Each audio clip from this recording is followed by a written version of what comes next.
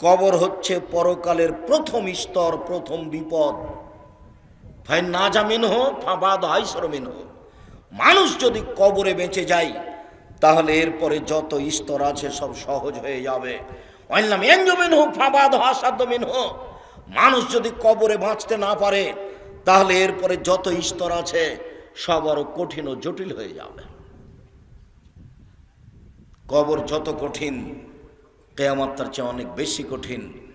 কিয়ামত যত কঠিন জাহান্নাম তার চেয়ে অনেক অনেক অনেক বেশি কঠিন। কি দিয়ে বুঝায় আপনাকে আমি কবর কত কঠিন? রাসূল সাল্লাল্লাহু আলাইহি ওয়াসাল্লাম বলেন, যখন তাকে কবরে জিজ্ঞাসা করা হবে দ্বীন সম্পর্কে, মুহাম্মদ সাল্লাল্লাহু আলাইহি সাল্লাম সম্পর্কে, ইসলাম সম্পর্কে, সে যদি উত্তর দিতে না পারে, ইয়াযরিবু যারবাতান, এত জোরে তাকে ফেরেশতা মারবেন, ইয়াসিহু সাইহাতান, সে বাপরে মারে করে চিৎকার করবে, ইয়াসমু মা বাইনাল মাশরিক ওয়াল মাগরিব ইল্লা সাকালাইন, সারা পৃথিবীর জীবজন্তু কীটপতঙ্গ পদার্থ জড় পদার্থ সব কিছু তার চিৎকার শুনতে পাবে, মানুষ আর জিন শুনতে পাবে না। এখান থেকে 50,000 কোটি কিলোমিটার দূরে যে বস্তু আছে সেও শুনতে পাচ্ছে এই কবরের চিৎকার। সে কত জোরে চিৎকার করছে আপনাকে আমি বুঝাতে অক্ষম। মুহাম্মদ সাল্লাল্লাহু আলাইহি সাল্লাম বলেছেন, যে মারে সে চোখে দেখে না, যে মারে সে কানে শুনে না, যে মারে সে ফেরেশতা, তার রং বিভিন্ন ধরনের, কালো নীল, ভিন্ন ধরনের রং, চোখে দেখে না, কানে শুনে না, কোথায় মারছে আর চিৎকার যে করছে ও শুনতে পায় না, যার কারণে তার মারার গতির পরিবর্তন হয় না। মারে যে সে পুলিশ নয়, মারে যে সে মানুষ নয়, সে খায় না, পেশাব করে না, তার সংসার নাই, তার বিবাহ শাদী নেই, তিনি হচ্ছেন ফেরেশতা। প্রথম বাড়িও যেমন শেষ বাড়িও তেমন, এইভাবে তাকে মারতে থাকবে বিচারের দিন পর্যন্ত। রাসূল সাল্লাল্লাহু আলাইহি সাল্লাম বলেন, যে লাঠি দিয়ে মারা হয়, যে হাতুড় দিয়ে মারা হয়, সেই হাতুড় যদি পাহাড়ের উপরে মারা হয় তাহলে ফায়াসির তোরাব, সেটা পাথর হয়ে যাবে, ধুলা হয়ে যাবে, একবারে খান খান হয়ে। পাহাড়ের উপরে মারা হলে পাহাড় ধুলা হয়ে যাবে। যেই হাতুড় দিয়ে মারা হয় সেই হাতুড়টা যদি পাহাড়কে মারা হয় তাহলে পাহাড় ধুলা হয়ে যাবে। মুহাম্মদ সাল্লাল্লাহু আলাইহি সাল্লাম এইভাবে বলেন। কি দিয়ে বুঝায় আপনাকে আমি কবর কত কঠিন? এখানে চিৎকার করছে, তার কণ্ঠ, তার শব্দ শুনতে পাচ্ছে 50,000 কোটি কিলোমিটার দূরে। যে মানুষ, যে জীবজন্তু আছে, জিন আর মানুষ ব্যতীত যেই পদার্থ, জড় পদার্থ আছে, সে শুনতে পাচ্ছে কবরের শাস্তি, শুনতে পাচ্ছে গিলাসটা, কবরের শাস্তি শুনতে পাচ্ছে বক্সটা, কবরের শাস্তি শুনতে পাচ্ছে বাল্বটা, কবরের শাস্তি শুনতে পাচ্ছে এই মাইক, সব কিছু শুনতে পাচ্ছে কবরের চিৎকার। কিন্তু মানুষ এবং জিন শুনতে পায় না। শুনতে পারলে সে বাঁচত না। আপনাকে আমি বুঝাতে পারি কবর কি জিনিস। রাসূল সাল্লাল্লাহু আলাইহি সাল্লাম দিন রাত কবরের শাস্তি থেকে বাঁচতে চাইতেন। যখনই তিনি জানাজায় দাঁড়াতেন তখনও লোকটার জন্য কবরের শাস্তি থেকে আল্লাহর কাছে বাঁচতে চাইছেন, আল্লাহ তুমি তাকে কবরের শাস্তি থেকে বাঁচাও। সম্মানিত দিনী ভাই বোন, বাড়ির পিছন দিকে যে 2 হাত 2.5 হাত গর্ত করে কবর করা হয়েছে তার নাম কবর নয়। সেটাই যদি কবর হতো তাহলে যাকে বাঘে খেয়ে নিল তার কবর কোথায়? কবরস্থানে 2-2.5 হাত যে কবর করা হয় সেটাই কবর নয়। সেটাই যদি কবর হতো তাহলে যে আগুনে জ্বলে ছাই হয়ে গেল তার কবর কোথায়? সেটাই যদি কবর হতো তাহলে যে পানিতে ডুবে হারিয়ে গেল তার কবর কোথায়? মরার পর থেকে নিয়ে বিচারের দিন পর্যন্ত একটা দীর্ঘ সময়ের নাম কবর, যাকে বলা হয় আলামে বারজাক। এই দীর্ঘ সময়ের নাম কবর, এটা কোনো জায়গা, কোনো স্থান নয়। সম্মানিত দিনী ভাই বোন, এই দীর্ঘ সময়ের ভালোটা হলো ভালো, খারাপটা হলো খারাপ। মানুষটা যদি ভালো হয়, মরার পরে ফেরেশতা যখন জিজ্ঞাসা করবেন তখন যদি তার উত্তর ঠিক হয় তাহলে ফেরেশতা বলবেন, নামকা নাওমাতিল আরুসে লাইকুদুইলা আবালিহি, তুমি ঘুমিয়ে যাও বাসর রাতের ঘুমানোর মতো, যাকে কেউ জাগাবে না তার অতীব প্রিয় মানুষ ছাড়া।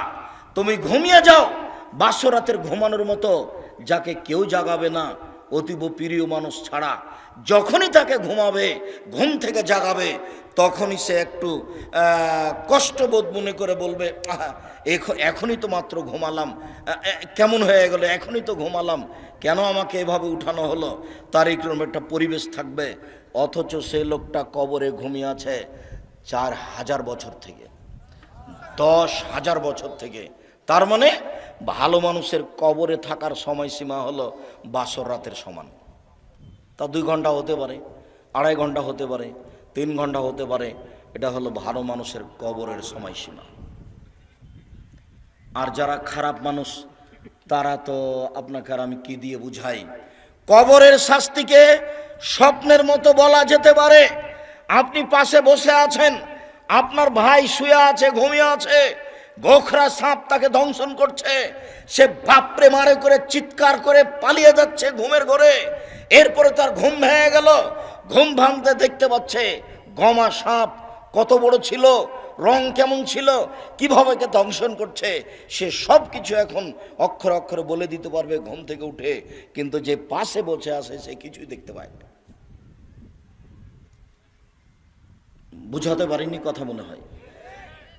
এরকম হলো কবরের শাস্তি। আপনি কবর খনন করে সাপ দেখবেন, এ কথা ঠিক নয়। ওই যে একটা কাগজে লেখা ছিল যে জনৈকে ইমাম সৌদি আরব থেকে ইমামতি করার পরে মসজিদ থেকে বের হয়ে একটা কবর খনন করে দেখলেন যে একটা লাশকে সাপ পেঁচিয়ে ধরে আছে। তারপরে বলে দিলেন যে এইটা ফটোকপি করে যে যত বিতরণ করতে পারবে সে তত ভালো। একেবারে নগদ মিথ্যা কথা। কবরের শাস্তি মানুষ দেখা তো বহু দূরের কথা, শুনতে সক্ষম নয়। কবরের শাস্তি দেখা তো বহু দূরের কথা, মানুষ শুনতে সক্ষম নয়। অতএব কবরের শাস্তিকে আপনার রেকর্ডিং করে বা একটা রূপক পরিকল্পনা করে সাজিয়ে মানুষকে দেখানো হারাম।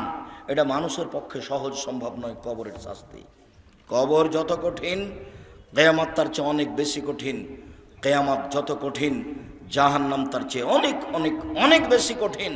কি দিয়ে বুঝায় আপনাকে আমি জাহান্নাম কত কঠিন, কিয়ামত।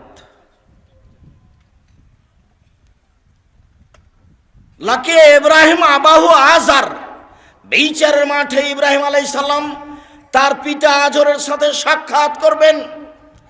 আজরের সাথে সাক্ষাৎ করে বলবেন, আলাম আকুল্লাক লা তাসিনি, আব্বা আপনাকে আমি বলিনি যে আপনি আমার নাফরমানি করিয়েন না?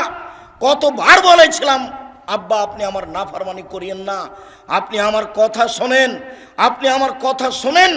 তখন তার পিতা আজর বিচারের মাঠে বলবে, আলিয়ামুল আসিকা, বেটা আজকে তোমার নাফরমানি করব না, যা বলবে সেটা আমি মানব। তখন ইব্রাহিম আলাইহিস সালাম বলবেন, প্রতিপালক আমার পিতা আজকে জাহান্নামে যাবে আর আমি জান্নাতে যাব, এর চেয়ে বড় অপমান কি হতে পারে? আইয়ু খিজি রাজদা মিন আবিলাবাদ, আজকে আমার পিতা জাহান্নামে যাবে আর আমি জান্নাতে যাব, এর চেয়ে বড় অপমান কি হতে পারে? আমি ইব্রাহিম এটাকে সবচেয়ে বড় অপমান মনে করছি। তখন আল্লাহ তাআলা বলবেন, ইব্রাহিম শুনে রেখো, তোমার পিতা আমার নবীকে মানেনি, তোমার পিতা আমার নবী ইব্রাহিমকে মানেনি। অতএব আজকে তোমার কথা রক্ষা হবে না। তোমার পিতার চেহারা আকৃতি পরিবর্তন করে দেওয়া হলো, সাপের আকৃতি করে দেওয়া হলো। ইব্রাহিম আলাইহিস সালাম সে তার নিজের পিতাকে হাদিয়ে ধরে জাহান্নামে নিক্ষেপ করবেন। যদিও অপরিচিত শব্দ ব্যবহার করা হয়েছে যে তার পিতাকে সাপে পরিণত করা হবে, তারপর তার পা ধরে, সাপের পা ধরে জাহান্নামে নিক্ষেপ করা হবে। বাস্তবত ইব্রাহিম আলাইহিস সালাম নিজেই করবেন। যখন তার পিতার আকৃতি পরিবর্তন হয়ে যাবে তখন তিনি নিজে ধরে তাকে জাহান্নামে নিক্ষেপ করবেন। বিচারের মাঠে আল্লাহ তাআলা বলবেন, এই বাচ্চা, ওই ছেলেটা ওভাবে হাঁটছে কেন? ও তো আরো মানুষ তার দিকে দেখলে তো আমার কথা বুঝতে পারবে না। দয়া করে কোনো কাজ দেখায়েন না, কিছুক্ষণ অপেক্ষা করেন। আমি আব্দুল্লাহ বিন ফজল নই যে ভোর পর্যন্ত বক্তব্য দিব। আমি অত কোরআন হাদিস জানি না, সারা রাত বক্তব্য করি না। আপনি দয়া করে নিজের কোনো কাজ দেখাবেন না। আমি আপনার জন্য এসেছি কষ্ট করে। মহিলা মানুষ, আপনাকে বলছি ঢং ঢং করে এসেছেন, ঢং ঢং করে গল্প করতে করতে যায়েন না। আপনার একটা লজ্জাবোধ থাকা দরকার, আপনার একটা ইতস্তবোধ থাকা দরকার, একটা আপনার হায়াবোধ থাকা দরকার। আপনি মহিলা মানুষ, আপনার একটু শরম হয় না কেন? আপনার একটু হায়া হয় না কেন? এত গল্প করেন কেন? ঢং ঢং করে গল্প করতে করতে আসলেন, আবার চলে যাচ্ছেন। আপনি বুঝতে পারেন না যে আমি মহিলা মানুষ, আমার একটা লজ্জার ব্যাপার আছে, আমার একটা শরমের ব্যাপার আছে। জাহান্নাম মহিলা দিয়ে ভরা, দিন রাত শুনছেন, হুঁশ হয় না? জাহান্নাম বলতে নারীকে বুঝায়, জাহান্নাম বলতে নারীকে বুঝায়। এ কথা আমরা তো বলিনি, এ কথা মুহাম্মদ সাল্লাল্লাহু আলাইহি ওয়াসাল্লাম বলছেন। আল্লাহ রাসূল বলছেন, আমি জাহান্নামের দিকে তাকিয়ে দেখলাম অধিকাংশই নারী। আবু হুরায়রা রাদিয়াল্লাহু আনহু, এই ছেলে, তুমি এভাবে সাড়া দিবা না, কোথায় চুপচাপ বসে থাকো, তুমি লজ্জাবোধ করো। তোমার মাই তো এখানে বসে আছে ছোট ব্লাউজ পরে, তোমার শরম হয় না? তোমার ইতস্তবোধ হয় না? তুমি বলে দিও তোমার মা যেন এরকম ছোট ব্লাউজ পরে আর দিন না কাটায়, সময় না কাটায়। তোমারও তো ইতস্তবোধ হওয়া দরকার। তোমার বাপ এখন দাড়ি চেঁচা এখানে বসে আছে, ঢং দেখাচ্ছ, ধর্মকে পাগল পেয়েছো বাপ বেটা। নিজেকে মুসলমান মনে করো, দিন ধর্ম মেনে চলার চেষ্টা করো। সময় শেষ হওয়ার কোনো পথঘাট মানুষের কাছে নেই।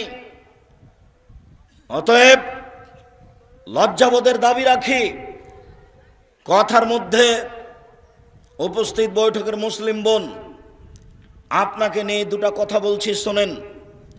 আবু হুরায়রা রাদিয়াল্লাহু তাআলা আনহু বলেন, রাসূল সাল্লাল্লাহু আলাইহি সাল্লাম বলেছেন, সিনফান মিন আহলিন নার লামারাহুমা, দুই শ্রেণীর মানুষ জাহান্নামে যাবে, আমি তাদের দেখিনি। দুই শ্রেণীর মানুষ জাহান্নামে যাবে, আমি তাদের দেখিনি। কওমুন মাহুম সায়াতুন, এক শ্রেণীর মানুষ, তাদের হাতে থাকবে লাঠি, কাদনাবিল বাকার, গাভীর লেজের মতো, একদিক মোটা একদিক চিকন, তাদের হাতে লাঠি থাকবে। ইয়াদরুবু বিহান নাস, তা দিয়ে তারা মানুষকে মারবে। প্রশাসনের হাতে এরকম লাঠি থাকে, যারা কলেজ বিশ্ববিদ্যালয়ে পড়ে ধর্মের শিক্ষার নামে ঢং করে বেড়ায়, তাদের হাতে এরকম লাঠি থাকে। যারা দলীয় দাপট দেখায়, দাঙ্গাবাজি করে, ক্ষমতা দেখায়, জোর করে জমি দখল করে, জোর করে এলাকা দখল করে, মানুষের মান সম্মানের হানি করে, মানুষকে জোর করে অপমান করে জেল হাজতে দেয়, এদের হাতে এরকম লাঠি থাকে। এরা যেন মনে করে জাহান্নাম আমার জন্য অপেক্ষা করছে। জুলুম করে, দাঙ্গাবাজি করে, ক্ষমতা দেখিয়ে, দাপট দেখিয়ে বেশি দিন টিকা যায় না। ফেরাউন ডুবে গেছে, অতএব আপনার জন্য জাহান্নাম অপেক্ষা করছে, আপনি থামুন। আপনাকে আমি অনুরোধ করেছি, ক্ষমতা দেখিয়ে, দাঙ্গাবাজি দেখিয়ে, জুলুমবাজি করে, মানুষের প্রতি অন্যায় অবিচার করে, ক্ষমতা দেখিয়ে, মানুষকে জেল হাজতে দিয়ে, মানুষকে অপমান করে এক মিনিট বাঁচার চেষ্টা করিয়েন না।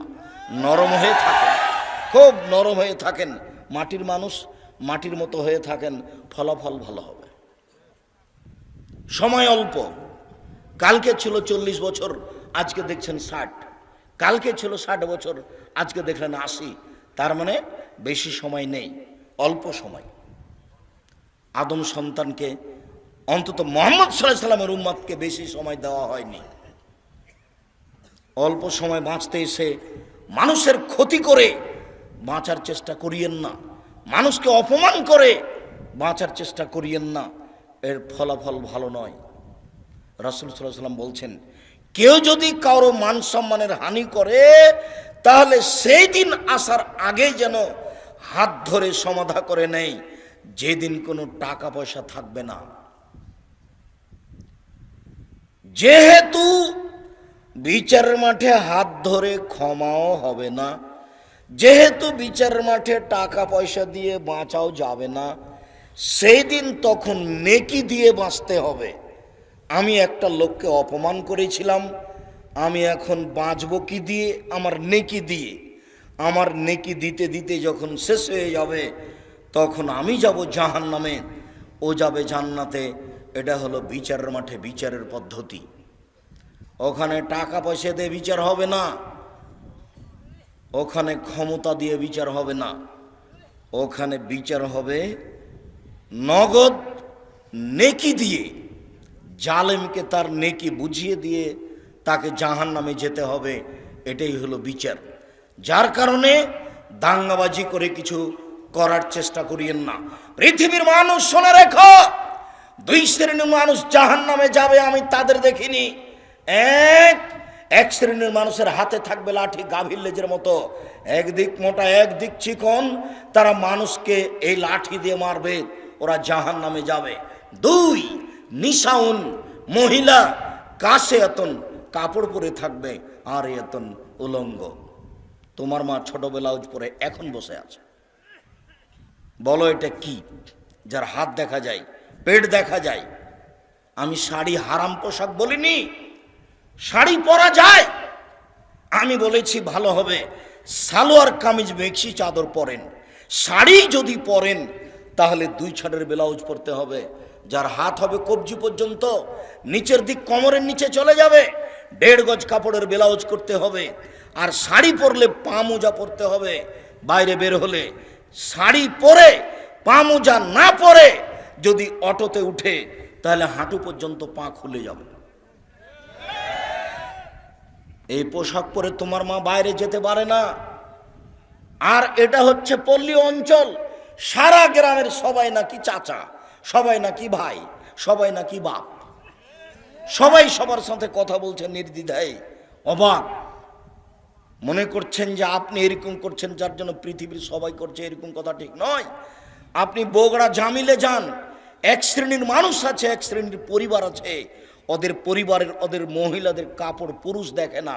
যদি পুরুষ দেখে নেয় তাহলে সেই কাপড় তারা আর পরবে না, তাকে আগুন দিয়ে জ্বালিয়ে দেবে। আপনার স্ত্রী আপনার মেয়ে নগ্ন হয়ে চলছে, যার কারণে আপনি বলছেন পৃথিবীতে সবাই এরকম। ওদের সব সময়ের পোশাক পুরুষ দেখে না, ওরা বাড়ির বাইরে বের হলে শুধু বোরকা দেখতে পাবে, অন্য কিছু নয়। অথচ তারা বেঁচে আছে, আজও পৃথিবীতে বেঁচে আছে, তাদের দিন চলে। সম্মানিত দিনী বোন শুনুন, আপনাকেই বলছি, আপনার রাস্তাতে হাঁটা দেখলে লজ্জা হয়, আপনার চলাফেরা দেখলে খারাপ লাগে, লজ্জা হয়। মনে হয় যেন আপনার স্বামী নেই, মনে হয় যেন আপনার বাপ নেই, আপনি যেন পিতাহীন মানুষ, আপনি যেন স্বামীহীন মানুষ। স্বামী থাকলে আপনার এরকম অবস্থা কেন? আত্মমর্যাদা থাকবে স্বামী থাকলে। আপনার একটা আত্মমর্যাদা আছে, স্বামীর একটা আত্মমর্যাদা আছে। স্বামীর আত্মমর্যাদা খেয়াল করলে তো আপনি এমনটা করতে পারেন না। স্বামীর একটা আত্মমর্যাদা খেয়াল করা দরকার। আসমা রাদিয়াল্লাহু তাআলা আনহা বলেন, আবু বকর সিদ্দিকের মেয়ে আসমা রাদিয়াল্লাহু তাআলা আনহা বলেন যে আমি মাঠে থেকে খেজুরের আটি বোঝা মাথায় করে নিয়ে আসছিলাম। রাস্তায় রাসূল সাল্লাল্লাহু আলাইহি ওয়াসাল্লামের সাথে দেখা হয়ে গেল। আল্লাহ রাসূল আমাকে বললেন, আসমা তুমি উটের উপরে চলে আসো, উটের উপরে উঠো। তখন আমি লজ্জা করলাম, আমার স্বামী জুবাইরের আত্মমর্যাদাকে আমি খেয়াল করলাম। না না না না না, আমি যদি রাসূলের উটের পিছনে উঠি তাহলে জুবাইর এটা খারাপ মনে করবে। জুবাইরের একটা আত্মমর্যাদা আছে, তার একটা দাম আছে। আমি এই হিসাব করে আর রাসূলের উটের পিছন দিকে উঠলাম না। আমি বাড়িতে এসে বললাম, জুবাইর শোনেন, আমার স্বামীকে বললাম এই ঘটনা, আপনার আত্মমর্যাদাকে হিসাব করে মহিলা মানুষ মাঠে থেকে বোঝা মাথায় করে নিয়ে চলে আসো, এটা আমাকে খারাপ লাগে। হাদিস বুখারী মুসলিম, তার নাম আত্মমর্যাদা। এই ছেলে, তোমার বাপের একটা আত্মমর্যাদা থাকলে তোমার মা এভাবে বসে থাকতে পারে? তোমার বাপ একটা কাপুরুষ, তোমার বাপ একটা কাপুরুষ, তোমার বাপ একটা কাপুরুষ। মনে কিছু নিও না, তোমার বাপের ব্যক্তিত্ব থাকলে, তোমার বাপের মর্যাদা থাকলে, তোমার বাপের আত্মমর্যাদা থাকলে তোমার মা এভাবে চলতে পারতো না। এটা অসম্ভব হতে পারে না। তোমার বাপ নিজেকে পশু প্রাণীর মতো মনে করে, বুঝেও বুঝে না, ওরা অন্তর আছে বুঝে না, দেখেও দেখে না, ওরা চক্ষু আছে দেখে না, শোনেও শোনে না, ওরা কান আছে শোনে না। উলাইকা কাল আনাম, তারা পশু প্রাণীর মতো, তারা গরু ছাগলের মতো, তারা কুকুর সিরগালের মতো, বালহুমাদাল, বরং তার চেয়ে খারাপ। তোমার পিতা পশু প্রাণীর মতো নিজেকে মনে করে। ব্যক্তিত্ব থাকলে এইভাবে স্ত্রী ঘুরতে পারে? যেইভাবে চোখ ঘুরে বউ সেভাবে ঘুরে, চোখ যেভাবে ঘুরে বউ সেভাবে চলে, তার নাম ক্ষমতা, তার নাম ব্যক্তিত্ব, তার নাম আত্মমর্যাদা। রাসূল সাল্লাল্লাহু আলাইহি সাল্লাম বলেন, নিশাউন, মহিলা কাশে এতুন কাপড় পরে থাকে, আর এতুন উলঙ্গ। তোমার মার পোশাককে আল্লাহ নবী উলঙ্গ বলেছেন, আর তোমার বোনের পোশাককে আল্লাহ রাসূল উলঙ্গ বলেছেন। এই ছেলে, এই হাদিসের বিকল্প কি তরজমা হতে পারে তুমি বিবেচনা করো। আমি এ কথা বলিনি, এ কথা মুহাম্মদ সাল্লাল্লাহু আলাইহি সাল্লাম বলেছেন। নিজেকে পশু প্রাণী মনে করো না, নিজেকে গরু ছাগল মনে করো না, নিজেকে মানুষ মনে করিও। পশু প্রাণীর বিচার হবে না, গরু ছাগলের বিচার হবে না, কুকুর শ্রীগালের বিচার হবে না, বিচার মানুষের হবে, বিচার জিনের হবে। এরাই বুঝে, এদের বোধ শক্তি আছে, এদের বোধোদয় আছে, এদের বোধগম্য আছে, এদের হিতাহিত জ্ঞান আছে। এরাই ভালো হতে পারে। যেহেতু ভালো হচ্ছে না, কাজে এরা পশু প্রাণীর মতো, এরা গরু ছাগলের মতো, এরা কুকুর শ্রীগালের মতো। তবে আল্লাহ তাদেরকে কুকুর শ্রীগাল বলেননি। পরিবর্তন হতে পারে। আজকেই পরিবর্তন হতে হবে তোমাকে, আজকেই পরিবর্তন হতে হবে তোমার মাকে, আজকেই পরিবর্তন হতে হবে তোমার বোনকে। সিদ্ধান্ত পরিবর্তন করুন আপনি আমার দিনী বোন। রাসূল সাল্লাল্লাহু আলাইহি সাল্লাম বলেন, মাইলাতুন, এরা পুরুষকে নিজের দিকে আকৃষ্ট করে। মমিলাতুন, তারা পুরুষকে নিজের দিকে আকৃষ্ট করে। মাইলাতুন, এরা নিজেরা আকৃষ্ট হয় পুরুষের দিকে। এরা বাড়িতে যখন থাকে তখন ভালোই থাকে, যখন বাড়ি থেকে বের হয় রাস্তায় চলে তখন কেন জানি কেমন কেমন করে, আনছান আনছান করে। একবার ডান দিকে যায়, একবার বাম দিকে যায়, একবার হাত নাড়ে, একবার চুল নাড়ে, কেন জানি কেমন কেমন করে। তার মানে এরা পুরুষের দিকে আকৃষ্ট হয়েছে। লায়াত খোলা জান্না, এরা জান্নাতে যাবে না, জান্নাতে তো যাবে না, যাবেই না। ওয়ালা ইয়াজিদনা রিহাহা, এরা জান্নাতের গন্ধ পাবে না। ফাইনা রিহাহা লা তুজাদু মিন মাসরিয়াতি কাযা ওয়া কাযা, যে জান্নাতের গন্ধ 1 বছরের দূরত্ব পথ থেকে পাওয়া যায়, এটা জান্নাত। এখানে একটা দ্রুতগামী ঘোড়া দৌড়াতে আরম্ভ করে 1 বছর দৌড়াই, এই যত পথ যাবে ওই পথের মাথায় কেউ যদি দাঁড়ায় তাহলে জান্নাতের গন্ধ পাবে। এই মহিলারা জান্নাতের গন্ধ পাবে না। সম্মানিত দিনী বোন, আপনাকে আমরা আর একটা কথা বলে আমাদের আলোচনার দিকে আগিয়ে যাচ্ছি। রাসূল সাল্লাল্লাহু আলাইহি সাল্লাম বলেন, 3 শ্রেণীর মানুষ জান্নাতে যাবে না। সালাসাতুন লা তাদখুলুল জান্নাতা আবাদা, 3 শ্রেণীর মানুষ কখনো তারা জান্নাতে যাবে না। 1, মধুমেনুল খামর, যারা নিয়মিত বিড়ি তামাক জর্দা সিগারেট গুল নেশাদার দ্রব্য খায় পান করে, তারা জান্নাতে যাবে না। এমন ভাবে আজ থেকে আপনি বিড়ি সিগারেট ছেড়ে দিবেন, দোকানদার যেন একেবারে যা কিনেছিল সেটা যেন মালিককে ফেরত দিয়ে আসে বা ফেলে দেয়, আগুন দিয়ে জ্বালিয়ে দেয়। আর তুমি যদি আবার এখান থেকে উঠে গিয়ে আবার সিগারেট লাগাও, তখন তুমি মনে করি কি ব্যাপার, আমি কি পশু নাকি? বুঝেও তো বুঝলাম না, আমি তো বুঝলাম, তারপরে আবার আমি ভালো হতে পারলাম না কেন? তাহলে কি আজ আমি পশুর মতো হয়ে গেছি? ফকির ভিক্ষা চাইলে বলেন মাফ করো, আর ওই টাকা দিয়ে বিড়ি সিগারেট কিনে দিন রাত খান, শরম হয় না কেন? রাসূল সাল্লাল্লাহু আলাইহি সাল্লামকে জিজ্ঞাসা করা হয়েছিল, আল্লাহর নবী, আইউল আমাল আফজাল, পৃথিবীতে কর্ম হিসাবে সবচেয়ে উত্তম কোনটা? মানুষ যে সব কাজ করে তার সবচেয়ে ভালো কাজ কোনটা? তখন আল্লাহ রাসূল উত্তরে বললেন, তুতেমু তাম ওয়া তাকরাউ সালাম আলামান আরাফতা ওয়া মান লাম তারিফ, তুমি দুস্থ গরিব ফকির মিসকিনকে খেতে দেবা, এটাই তোমার জীবনে সবচেয়ে ভালো কাজ। 2, যাকে চিনো তাকেও সালাম দিবা, যাকে চিনো না তাকেও সালাম দিবা। দেখে সালাম দিতে হবে এই কথা নয়, মৌলানা সাহেবকে সালাম দিতে হবে এই কথা নয়, যাকে চিনেন তাকেও সালাম দিবেন, যাকে চিনবেন না তাকেও সালাম দিবেন। মিশরে কয়েকদিন ছিলাম, তো একটা জিনিস দেখেছিলাম, মিশরের মাটিতে সবাই কোরআন মাজিদ পড়তে পারে, ভ্যান চালক, রিক্সা চালক, অফিসার, মন্ত্রী, এমপি সবাই কোরআন মাজিদ পড়তে পারে, সবাই সবাকে সালাম দেয়। মন্ত্রী ও রিক্সাওয়ালাকে সালাম দিচ্ছে, সবাই সবাকে সালাম দেয়।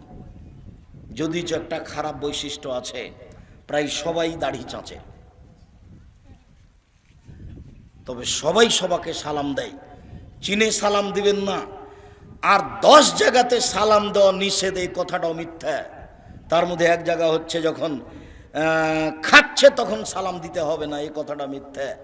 আপনারা খাচ্ছেন এই জন্য সালাম দিচ্ছি না, মনে কিছু নিয়েন না। এতগুলি বাক্য চললো আর আসসালামু আলাইকুম চলবে না? কেমন ধর্ম? বলছে আব্দুর রাজ্জাক সাহেব আপনি তো খাচ্ছেন সেজন্য সালাম দিলাম না। তো এগুলো তো চলছে কথা, তো সালামটাই চলে না। ফেকার বইয়ে লেখা আছে 14 জায়গাতে সালাম দেওয়া নিষেধ, তার মধ্যে এটাও আছে।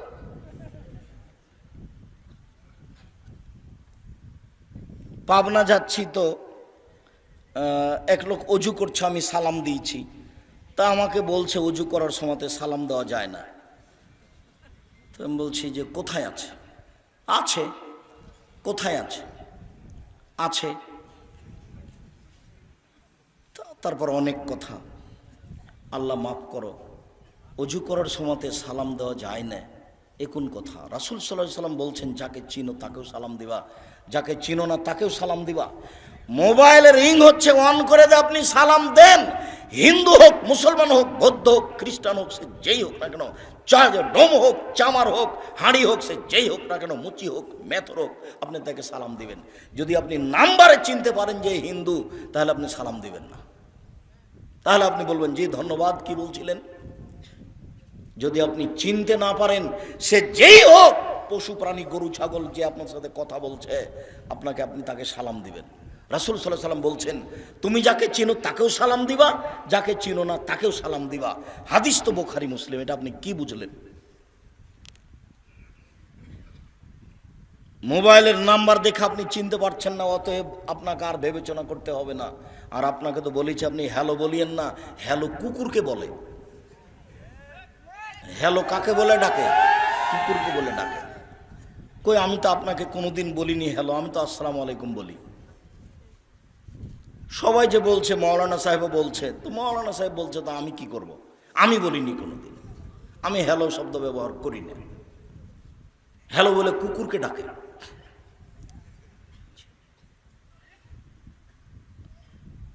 আপনি যদি অন করেন তাহলে এটা দিয়ে করবেন। বলছিলাম সম্মানিত দিনী ভাই বোন, সবচেয়ে উত্তম ভালো কাজ রাসূল সাল্লাল্লাহু আলাইহি সাল্লাম বললেন ফকির মিসকিনকে খেতে দেওয়া। বিড়ি সিগারেট খেয়ে টাকাটা নষ্ট করলেন, আর ফকিরকে 10টা টাকা দেওয়ার জন্য আপনি ভারী মনে করলেন, বললেন যে মাফ করো, তা করবেন কেন? আমি তো জানি না আপনি জামিয়া সালাফিয়াতে টাকা পয়সা পাঠান কিনা। যদি আমি বলেছি যে আপনার টাকা ছাড়াও জামিয়া সালাফিয়া গড়বে, কিন্তু আপনি তো নেয়ামতপুর থানার মানুষ, আপনি আমার কাছের মানুষ, আপনি আমার দিনী ভাই, আপনি আপনার দিনী বোন। আমি জানি না আপনার টাকা পয়সা জামিয়া সালাফিয়াতে খরচ হয় কিনা। মাসে 26 লক্ষ বেতন লাগে এখন। তা আপনার কয়টা টাকা আছে এখানে? আমি বলেছি আপনার টাকা না হলে জামিয়া সালাফে গড়বে ইনশাআল্লাহ। তবে আমি কথা বলেছি যে আপনার টাকা ছাড়া হয়ে যাক, এটা আমি চাইনি। পতিতালয়ের মহিলা যদি কুকুরকে পানি পান করে জান্নাত পেতে পারে, পতিতালয়ের মহিলা যদি কুকুরকে পানি পান করে জান্নাত পেতে পারে, তাহলে জামিয়া সালাফে 10টা টাকা দান করে জান্নাত হবে ইনশাআল্লাহ। আপনাকে আমি জামিয়া সালাফের মুখপত্র পত্রিকা মাসিক আল ইতিসাম পত্রিকা পড়তে বলেছি। 10 জন মুফতি আছে, একাধিক জন লোক আছে, কর্মচারী আছে, লক্ষ লক্ষ টাকা তার পিছনে খরচ হয়, আর আপনি 20, 25, 30 টাকা খরচ করেন না। কৃপণতা আমাকে দেখিয়ে আপনি মনে করিয়েন না যে আব্দুর রাজ্জাক সাহেবকে ঠগিয়ে দিয়েছি, এটা আপনি মনে করিয়েন না। আমি জীবন বাজি রেখে প্রাণপণে চেষ্টা চালিয়ে যাচ্ছি সঠিক ধর্ম জাতির সামনে পেশ করা, মুখে কলমে মিডিয়ায়। আপনি মূল্যায়ন না করলে আমার কিছু করার নেই। আপনাকে আমি বলেছি কোরআন মাজিদের গায়ে ভাবে লেখা আছে। আপনাকে আমি বলেছি বইয়ের নাম মুকসেদুল মুমিনিন, তার একটা হেডলাইন আছে যে অবিবাহিত ছেলে মেয়ের পড়া নিষেধ, যে দেখে সেই পড়ে, যে দেখে সেই পড়ে। তার মানে হেডলাইনটাই মিথ্যে, হেডলাইনই ঠিক হয়নি। এই ছেলে, এই বই পরিবর্তন করতে হবে, লেখকের জন্য ক্ষমা চাইতে হবে। শোনো, এই হেডলাইনের পরে লেখা আছে যা আল্লাহর হস্তে একটা সত্য কথা নয়, আর সব সরাসরি কোরআন মাজিদের বিরোধী। হেডলাইনের পরে লেখা আছে ভরা পেটে স্ত্রী মিলন হলে ছেলে ভ্যাংচা হয়, সফরের পূর্বে স্ত্রী মিলন হলে ছেলে টেরা হয়, চন্দ্র সূর্য গ্রহণে ছেলে স্ত্রী মিলন হলে ছেলে কানা হয়। হুবাহু কোরআন মাজিদের বিপরীত লেখা আছে কলমে। যার জন্য কলমের দাম আছে। মাসিক আল ইতিসাম পত্রিকাকে আপনাকে মূল্যায়ন করতে হবে। বলছিলাম যখন ইব্রাহিম আলাইহিস সালামের সাক্ষাৎ হয়ে গেল বাপের সাথে, আজরের সাথে, ইব্রাহিম আলাইহিস সালাম বলেন আব্বা আপনাকে আমি বলেছিলাম আপনি আমার নাফরমানি করিয়েন না। তখন তার বাপ বলবে বেটা আজ তুমি যা বলবে তাই মেনে নিব। তখন ইব্রাহিম আলাইহিস সালাম বলবেন, আজ আমি জান্নাতে যাব, আমার বাপ জাহান্নামে যাবে, এর চেয়ে বড় অপমান কি হতে পারে? তখন আল্লাহ উত্তরে বলবেন, ইব্রাহিম শুনুন, আপনার পিতা আমার নবী ইব্রাহিমকে মানেনি, অতএব তার জাহান্নাম হবে, এটাই ঠিক। বাপ যদি ভুল পথে থাকে, বেটা বিচারের মাঠে তাকে রক্ষা করতে পারবে না। কিয়ামতের মাঠ বড় কঠিন, যেখানে ইব্রাহিম আলাইহিস সালাম কোনো কাজে আসবেন না। কিয়ামত যত কঠিন, জাহান্নাম তার চেয়ে অনেক অনেক অনেক বেশি কঠিন। কি দিয়ে বুঝায় আপনাকে আমি জাহান্নাম কত কঠিন? মহান আল্লাহ বলেন, ফাম্মা মান সাকালাত মাওয়াজিনুহু, বিচারের মাঠে, ফাম্মা মান খাফফাত মাওয়াজিনুহু, বিচারের মাঠে যার নেকির পাল্লা হালকা হয়ে যাবে, তার থাকার জায়গা হবে অতীব গহ্বর হাবিয়া। মুহাম্মদ সাল্লাল্লাহু আলাইহি ওয়াসাল্লাম, আপনি বলতে পারেন হাবিয়া কি জিনিস? হাবিয়া নামক জাহান্নামের পরিচয় আপনার জানা আছে? আল্লাহ বলবেন, আমি বলি, নারুন হামিয়া, তা হচ্ছে জ্বলন্ত উত্তপ্ত আগুন। জাহান্নাম বলতে উত্তপ্ত আগুনকে বলা হয়। মহান আল্লাহ বলেন, কাল্লা লা ইউমবাদান্না ফিল হুতামা ওমা আদরাকা মাল হুতামা, অবশ্যই তাকে চূর্ণ বিচূর্ণকারী হোতামা নামক জাহান্নামে নিক্ষেপ করা হবে। মুহাম্মদ সাল্লাল্লাহু আলাইহি ওয়াসাল্লাম, আপনি কি বলতে পারেন চূর্ণ বিচূর্ণকারী হোতামা নামক জাহান্নাম কি? এই বাচ্চা, বসো, একটু ধৈর্যের পরিচয় দিবেন। ধৈর্যকে ঘোড়ার ডিম মনে করিয়েন না। ধৈর্য একটা শব্দ নয়, ধৈর্য একটা বাস্তবায়নের কিছু। ধৈর্য শব্দ নয়, ধৈর্য হচ্ছে বাস্তবায়নের কিছু। অতএব কথাকে মূল্যায়ন করবেন। আল্লাহ তাআলা বললেন, আমি বলি, চূর্ণ বিচূর্ণকারী হোতামা নামক জাহান্নামটি কি? নারুল্লাহিল মুকাদ্দা, তা হচ্ছে জ্বলন্ত উত্তপ্ত আগুন। আল্লাহ তাআলা জাহান্নামের পরিচয় দিচ্ছেন। জাহান্নাম বলতে জ্বলন্ত আগুনকে বলা হয়। মহান আল্লাহ বলেন, সাউসলিহে সাকার, অচিরে আমি তাকে সাকার নামক জাহান্নামে নিক্ষেপ করব। ওমা আদরাকা মা সাকার, মুহাম্মদ সাল্লাল্লাহু আলাইহি ওয়াসাল্লাম বলতে পারেন সাকার নামক জাহান্নামটি কি? আল্লাহ বলছেন, লা তুবকি ওয়ালা তাদার, সাকার এমন একটি জাহান্নাম যে মানুষকে ছাড়বেও না, যে মানুষকে মারবেও না, তার নাম জাহান্নাম।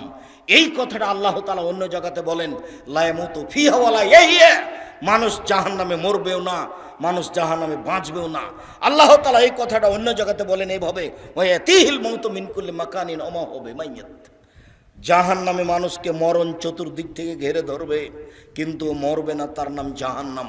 কয়েকটা আয়াত দিয়ে আপনাকে আমি জাহান্নামের পরিচয় দিচ্ছিলাম। রাসূল সাল্লাল্লাহু আলাইহি সাল্লাম বলেন, পৃথিবীর মানুষ শুনে রেখো, ইন্না সাখরাতাল আযীমা, বিশাল একটা পাথর, 1 কোটি মণ ওজনের একটা পাথর যদি জাহান্নামের মুখে ছেড়ে দেওয়া হয়, তাহলে নিচে পৌঁছিতে সময় লাগবে 70 বছর। 1 কোটি মণ ওজনের একটা পাথর যদি 1 ঘন্টা নিচে যায় কত যেতে পারে? 1 দিন যদি নিচে যায় কত যেতে পারে? যদি 1 বছর নিচে যায় কত যেতে পারে? 70 বছর নিচে গেলে কত যাবে? আপনাকে আমি বোঝাতে অক্ষম জাহান্নাম কত গভীর। সম্মানিত দিনী ভাই বোন, জাহান্নামের নিচে থাকবে যারা মুনাফেক, তারা। হিন্দু জাহান্নামে যাবে, তবে সবচেয়ে নিচে থাকবে, এই কথা আল্লাহ বলেননি। যারা মুনাফেক, দোকানে বসে মানুষের বদনাম করে, এরাই হলো মুনাফেক। এর কথা ওকে লাগায়, এরাই হলো মুনাফেক। ঝগড়া করলে অশ্লীল কথা বলে, এরাই হলো মুনাফেক। মানুষের ক্ষতি করে, যে এরাই হলো মুনাফেক। আজান হয়ে গেছে তবু মসজিদের সামনে না গিয়ে, মসজিদে না গিয়ে দোকানে বসে গল্প করে, এরাই হলো মুনাফেক। মুনাফেক জাহান্নামের সবচেয়ে নিচে থাকবে, এই কথা আল্লাহ তাআলা বলেন। জাহান্নামের পরিচয় দিতে গিয়ে জাহান্নামীদের একটু পরিচয় দিই। রাসূল সাল্লাল্লাহু আলাইহি সাল্লাম বলেন, একজন জাহান্নামীর গায়ের চামড়া হবে 42 হাত মোটা। রাসূল সাল্লাল্লাহু আলাইহি সাল্লাম বলেন, একজন জাহান্নামীর দাঁত হবে উহুদ পাহাড়ের সমান। উহুদ পাহাড় 4 কিলোমিটার প্রশস্ত, 8 কিলোমিটার লম্বা। নিচে কত আছে তা মানুষ জানে না। রাসূল সাল্লাল্লাহু আলাইহি সাল্লাম বলেন, একজন জাহান্নামের উরু রান হবে বাইজা পাহাড়ের সমান, যার দৈর্ঘ্য হচ্ছে 39 কিলোমিটার লম্বা। সম্মানিত দিনী ভাই বোন, রাসূল সাল্লাল্লাহু আলাইহি সাল্লাম জাহান্নামীদের পরিচয় দিতে গিয়ে বললেন, একজন জাহান্নামীর বসার জায়গা হবে মক্কা থেকে মদিনা 450 কিলোমিটার পথ। একটা লোকের বসার জায়গা যদি 450 কিলোমিটার হয়, একটা লোকের গায়ের চামড়া যদি 42 হাত মোটা হয়, একটা লোকের দাঁত যদি উহুদ পাহাড়ের সমান হয়, একটা লোকের উরু রান যদি বাইজা পাহাড়ের সমান হয়, একটা লোকের ডান কাঁধ থেকে বাম কাঁধের ব্যবধান যদি একটা দ্রুতগামী ঘোড়ার 3 দিন 3 রাতের পথ হয়, তাহলে লোকটা কত বড়। পৃথিবীর শুরু থেকে শেষ পর্যন্ত যত মানুষ এসেছে, যত মানুষ আছে, যত মানুষ আসবে, তার শতকরা 1999 জন লোক জাহান্নামে যাবে। একজন যদি এত বড় হয়, তাহলে হাজারে এত গেলে জাহান্নাম কত বড় আপনাকে আমি কি দিয়ে বুঝাই। জাহান্নাম কি জিনিস রাসূল সাল্লাল্লাহু আলাইহি সাল্লাম বলেন, যত মানুষ এসেছে, যত মানুষ আছে, যত মানুষ আসবে, যত জিন এসেছে, যত আছে, যত আসবে, সব যদি একসাথে জাহান্নামের দরজা দিয়ে ঢোকে, তাহলে ঢুকতে অসুবিধা হবে না। তার নাম জাহান্নাম। মানুষকে শাস্তি দেওয়ার জন্য আল্লাহ এই ব্যবস্থা করেছেন। জাহান্নামকে বিচারের মাঠে টেনে নিয়ে যাওয়া হবে। জাহান্নাম কথা বলতে পারে। যখন জাহান্নামে মানুষকে নিক্ষেপ করা হবে, যতবার নিক্ষেপ করা হবে ততবার জাহান্নাম বলবে, আর কি কিছু আছে, আর কি কিছু আছে। তখন আল্লাহ তাআলা তার পাকে জাহান্নামে ঢুকিয়ে দিবেন। তখন জাহান্নাম এনজাবি বাজেলা বাজিন, তার কিছু অংশের মধ্যে লেগে একেবারে আঁটোসাঁটো হয়ে যাবে। আঁটোসাঁটো হয়ে গিয়ে জাহান্নাম বলবে, কাত কাত কাত, যথেষ্ট যথেষ্ট যথেষ্ট। তাহলে জাহান্নাম কথা বলতে পারে। এ দেখেন জাহান্নাম কথা বলছে। ফাস্তাকাতিন নারাইলা রাব্বিহা, জাহান্নাম তার প্রতিপালকের কাছে অভিযোগ করলো। অভিযোগ করে বলল, ইয়াকুল বাজি বাজান, আল্লাহ আমার কিছু অংশকে ধরে খায়। এইদিকের আগুন ঝাপটা মেরে এইদিকের আগুনকে ধরে খায়, এইদিকের আগুন ঝাপটা মেরে এদিকের আগুনকে ধরে খায়। তার মানে আল্লাহ তুমি আমার ভেতরের শাস্তিকে একটু হালকা করবে কি। ফাওয়াজান আল্লাহ বে নাফসাইন, তখন 2টা শ্বাসের অনুমতি দিয়ে তার ভিতরের শাস্তি হালকা করা হলো। আল্লাহ বললেন, ঠিক আছে জাহান্নাম, আমি তোমার কথা মেনে নিলাম। তুমি একবার শ্বাস ছাড়বে ঠান্ডা এলাকা থেকে, তাহলে পৃথিবী 6 মাস ঠান্ডা থাকবে। তুমি একবার শ্বাস ছাড়বে গরম এলাকা থেকে, তাহলে পৃথিবী 6 মাস গরম থাকবে। অন্যথায় তুমি একবার শ্বাস ছাড়বে, তাহলে পৃথিবী 6 মাস গরম থাকবে। আর একবার শ্বাস গ্রহণ করবে, তাহলে পৃথিবী 6 মাস ঠান্ডা থাকবে। এর নাম জাহান্নাম। আপনি হালকা মনে করিয়েন না।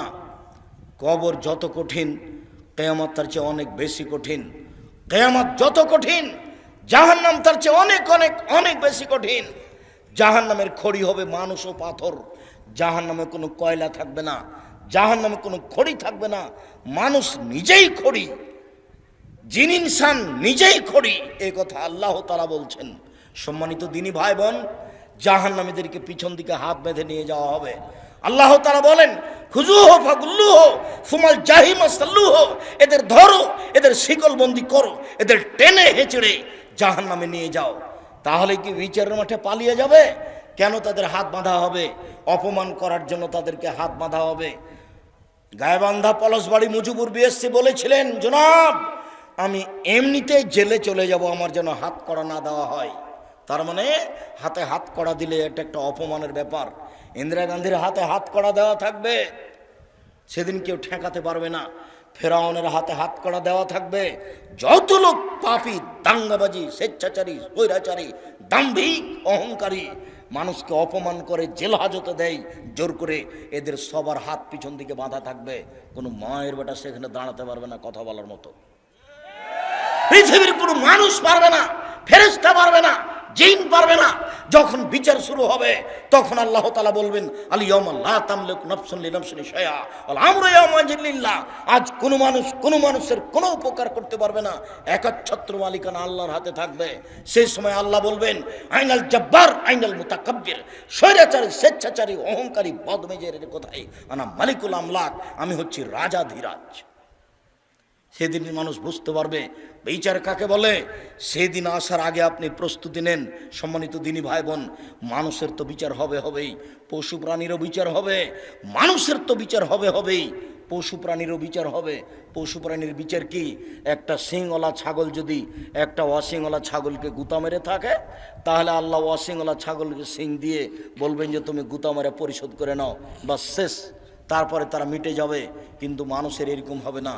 মানুষ দিয়ে জাহান্নামকে পূর্ণ করা হবে, মানুষ দিয়ে জান্নাতকে পূর্ণ করা হবে। বাকি যেটুকু থেকে যাবে আল্লাহ তাআলা পা ঢুকিয়ে দিয়ে পূর্ণ করবে জাহান্নামকে। আর জান্নাত যেটুকু বাকি থেকে যাবে সেটুকু আল্লাহ আবার মানুষ সৃষ্টি করে জান্নাত পূর্ণ করবেন।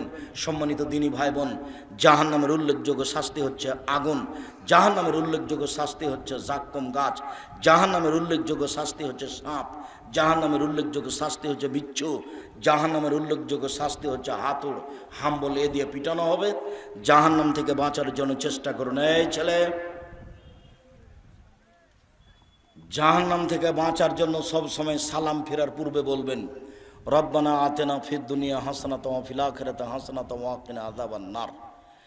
জাহান্নাম থেকে বাঁচার জন্য আপনি বলবেন আল্লাহুম্মা ইন্নী আউযু বিকা মিন আযাবি জাহান্নাম ওয়া আউযু বিকা মিন আযাবিল কবর ওয়া আউযু বিকা মিন ফিতনাতিল মাসিহিদ দাজ্জাল ওয়া আউযু বিকা মিন ফিতনাতিল মাহইয়া ওয়াল মামাত।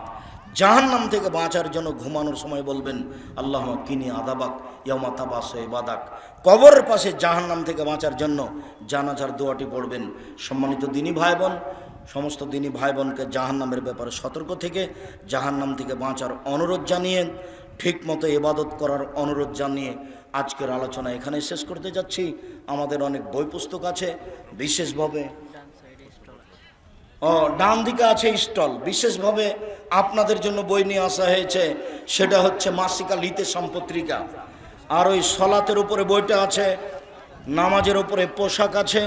আর আমার দিনী বোনেরা অনেক এসেছেন, আপনাদের জন্য বই আছে আদর্শ পরিবার। আমার দিনী বোনেরা আপনাদের জন্য বই আছে কেন এই নির্যাতন কি তার প্রতিকার। আমার দিনী বোনেরা আপনাদের জন্য বই আছে সম অধিকার নয় মর্যাদা চাই। আপনাদের জন্য বই আছে মমূর্ষ হতে কবর পর্যন্ত। সব বইগুলি স্টেজ থেকে সংগ্রহ করার জন্য আমরা অনুরোধ জানাচ্ছি। ও ক্যালেন্ডার আছে, সকাল সন্ধ্যা যে দোয়াগুলো পড়তে হয়, তাদের মাথার চুল খোপা বাঁধা অবস্থায় কি অজুতে মাথা মাসা করতে পারবে, সমস্যা নেই। চুলের উপর দিয়ে নিয়ে যাবে, আবার উপর দিয়ে ফিরিয়ে নিয়ে আসবে। সলাত আরম্ভ করলে খোপা খুলে দেওয়া ভালো হবে। মাগরিবের আজানের আগ মুহূর্তে মসজিদে ঢুকে কি তাহিয়াতুল মসজিদের সলাত আদায় করতে হবে? যে কোনো সময়ে সূর্য ডুবুক উঠুক মাথার উপরে থাক, যে কোনো সময় মসজিদে ঢুকলে 2 রাকাত সলাত আদায় করতে হবে, তারপরে বসা। এইটা অনুমতি। আল্লাহর ঘর তো, আমি তো আর বলতে পারছি না সরাসরি যে আমি কি বসবো, এটা তো আর আমি বলতে পারছি না। তো এটাই অনুমতি যে আপনার ঘরে যে আমি বসতে চাচ্ছি, তখন উনি রাসূলের মাধ্যমে কথা বলেছেন যে 2 রাকাত সলাত আদায় করে বসো। তাই মসজিদে 2 রাকাত সলাত আদায়ের জন্য সময় নেই, যখনই ঢুকবেন তখনই 2 রাকাত সলাত আদায় করে বসবেন। আসসালামু আলাইকুম।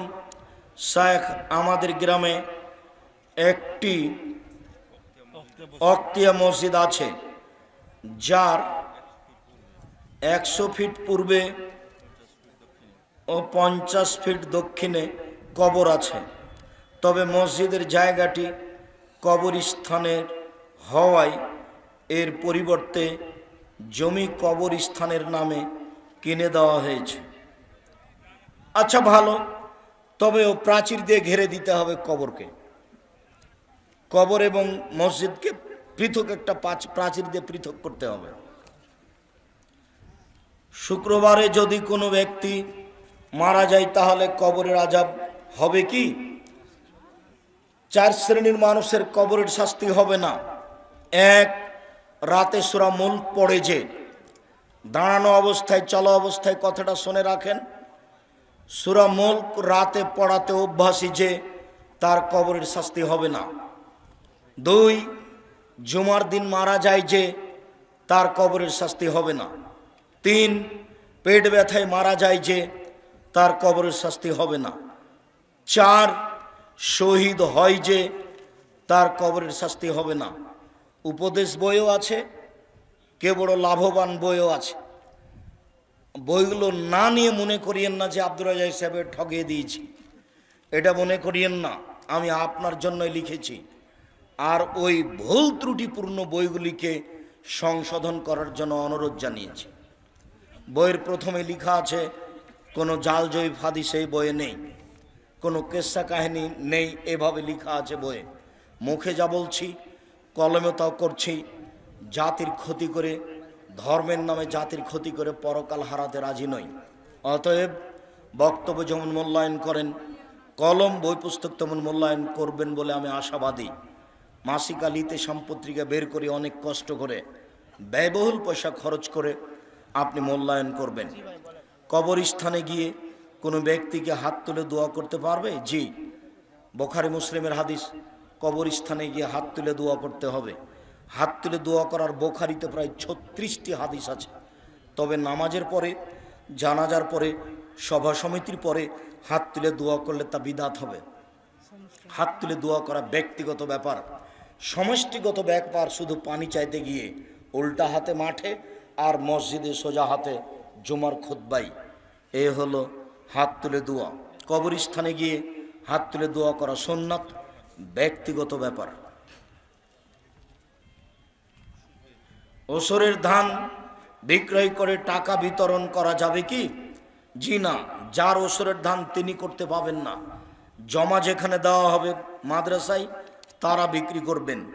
ইনি যদি নিজেই বিক্রি করেন তাহলে এখনও তার ক্ষমতা আছে এই জিনিসের উপরে, অথচ এগুলো ফকিরের জিনিস, মিসকিনের জিনিস, ওনার কিসের ক্ষমতা? মুসল্লি যদি এমামকে পছন্দ না করে তাহলে এমামের পিছনে নামাজ হবে কি? এমামের হবে না, মুসল্লির হবে। এখন জানি না তোমার তার সাথে সম্পর্ক দুর্বল কেন।